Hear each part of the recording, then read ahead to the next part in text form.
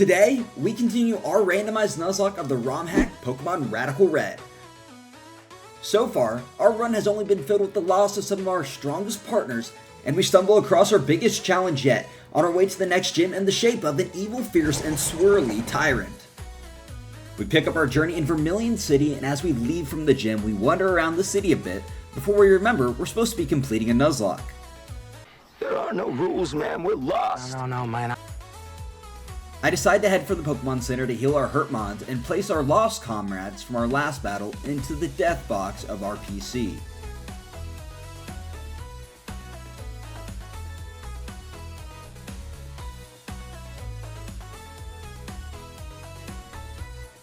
After moving Urshifu into the death box, we exit the PC and check our team one last time.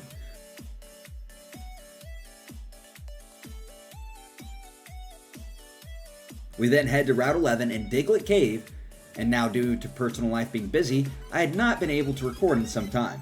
This caused me to think that the encounter in our Diglett Cave we had not yet had, which turns out was false. So I caught Eradicate in place of that, but don't worry, I sorted it out later, and I had to put Eradicate to rest, off screen of course. You had to kill him. The boy cries you a sweater of tears, and you kill him. How are you gonna live with yourself?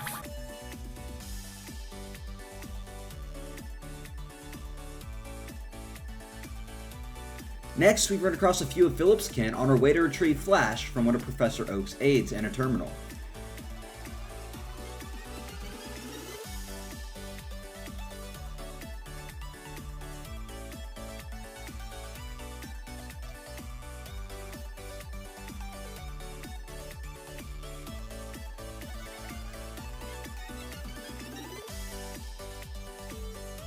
Fast forward through Diglett Cave, and we're back at Route 11.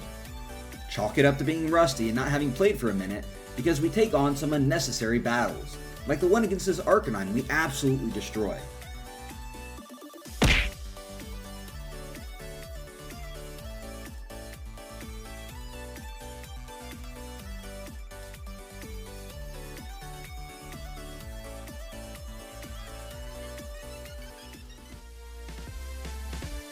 Next, we get our encounter, a Clauncher we catch on our first go.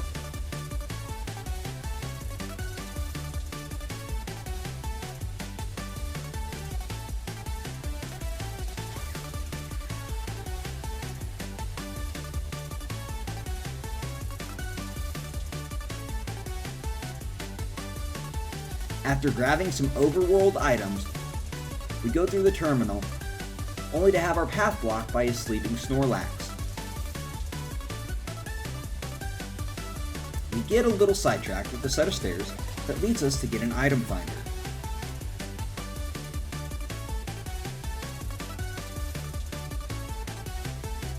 After our side quest, we run into another battle against a trainer who has a Ditto that transforms into our King Lou.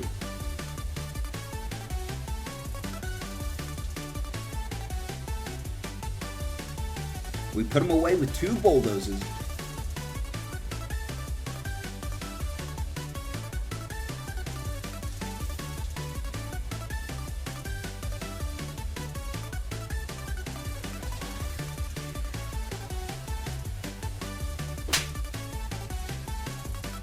and then follow it up by doing the same to his Slitherwing, only after we've taken care of his Kartana though.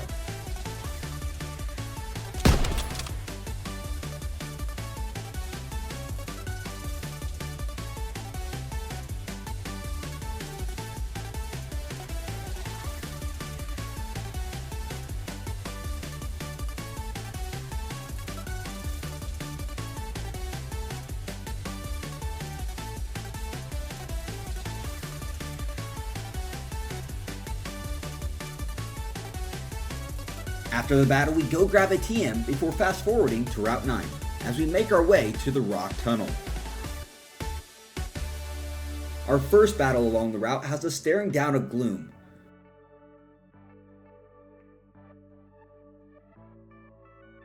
We get paralyzed turn 1, but manage to get a Bulldoze clear to one-shot it.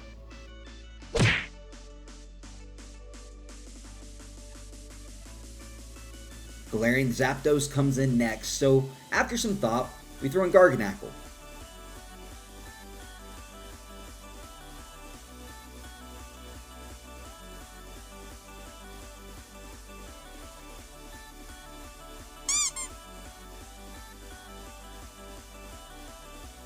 And then again, we throw in Haxorus. Just make up your goddamn mind already! We eat an Ancient Power, then Dual Chop to KO. But Tinkaton's arrival causes us to switch back into Garganacl.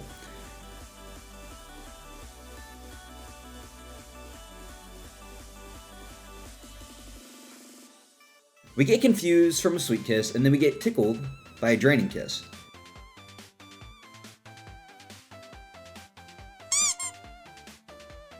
But a Hammer Arm from ourselves nearly wipes the Tinkaton, but she holds on.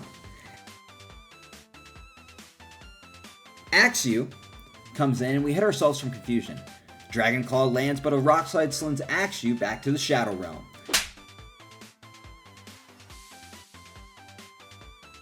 Tinkaton comes back in and ends it all off. We throw a Rock Slide for the win.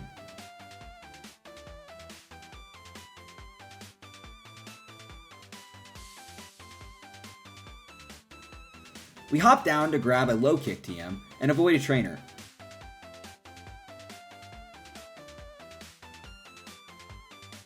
But further on, we take on another battle in an attempt to reach another item. This time we're looking at a Musharna, but a Payday ensures we're not looking at it too long.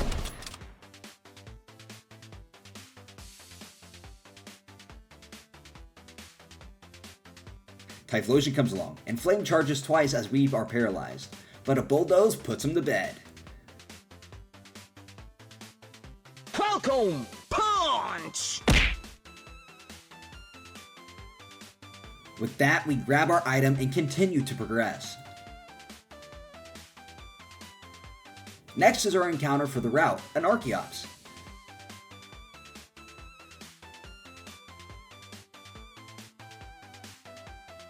It breaks a quick ball we throw first, and hits us with a pluck.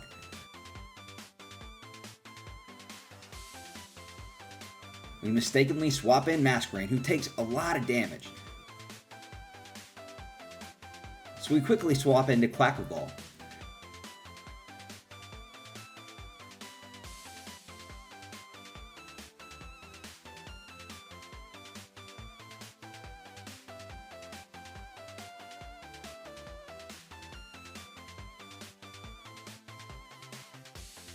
We wing attack twice to lower his HP, throw a Great Ball, and because Great Balls do great things, we manage to catch him.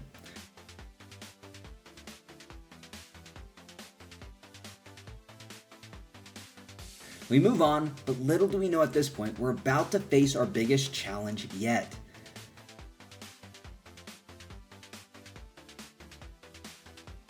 This next battle, Smeargle comes out and a close combat starts it off. But the damage is minimal, so we fire back with a Bulldoze that one hit KOs it. And here it is. Spinda. This mon is mid to start off with, but my choice to swap allows a free V-Create to be fired into us, and Spinda's ability, contrary, raises his stats instead of lowering them. Another V-Create and his speed and defense and special defense all raise.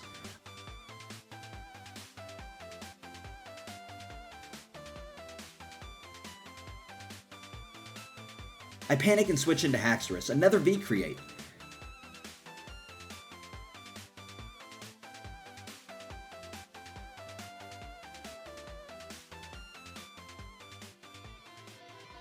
Now comes close combat. We return with a Breaking Swipe. But now we see a Dragon's Ascent and Haxorus gets dangerously low in terms of his HP.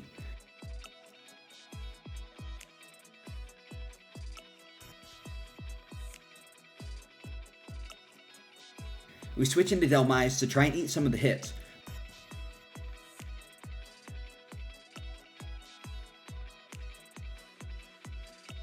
But 2 close combats change our plans and we lose Delmise.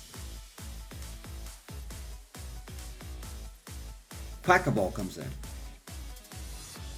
We try to Aqua Jet, but barely do anything, and another Dragon's Descent causes him to meet a similar fate. Masquerain is up to the plate now, and surprise, surprise, it's Deja Vu, as Masquerain meets her end. But Mummy pops, and I realize we should have did that sooner to get rid of the Contrary. A major oversight on my part. Oh no! Oh no!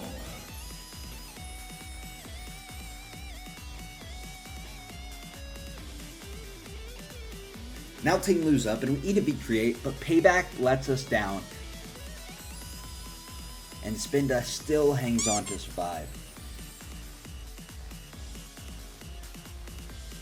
I dread what comes next, as a close combat seals Ting Lu's fate.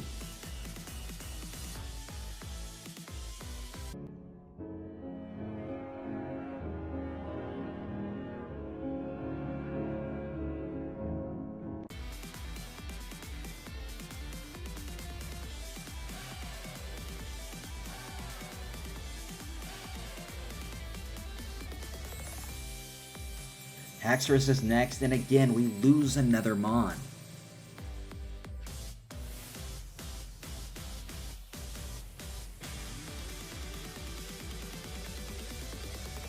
Garganackle is our last Mon and our last hope. At this point, I know I made way too many mistakes and completely sold. We get lucky with a paralysis, and Hammer-On finally puts down our great foe we've faced.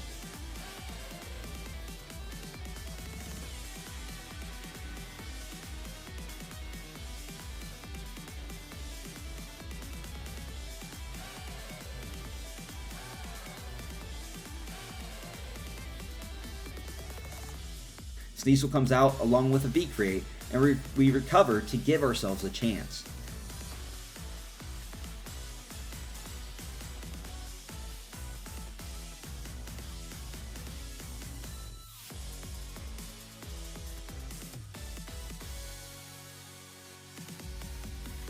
Dragon's Ascent trades with the Rock Slide, but the next turn close combat comes and does major damage.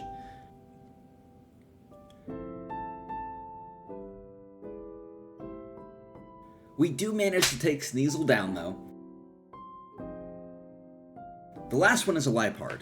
We manage to recover after being sent down to the red on our health.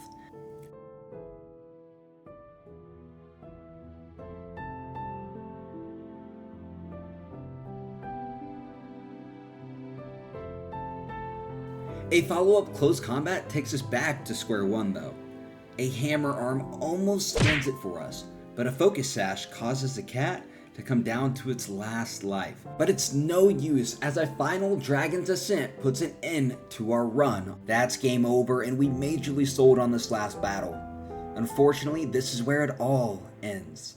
But thank you guys for tuning in through this 4-episode series. Hope you all enjoyed, and please leave a like and subscribe if you did. Thanks.